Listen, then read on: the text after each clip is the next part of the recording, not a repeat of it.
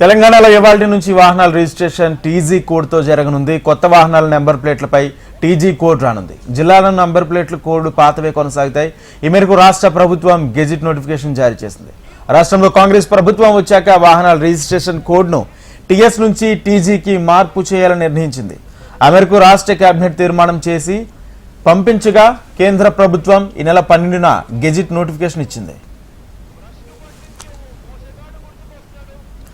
దీంతో జిల్లాల వారీగా రిజిస్ట్రేషన్ మార్పుతో రాష్ట్ర ప్రభుత్వం గురువారం నోటిఫికేషన్ ఇచ్చింది.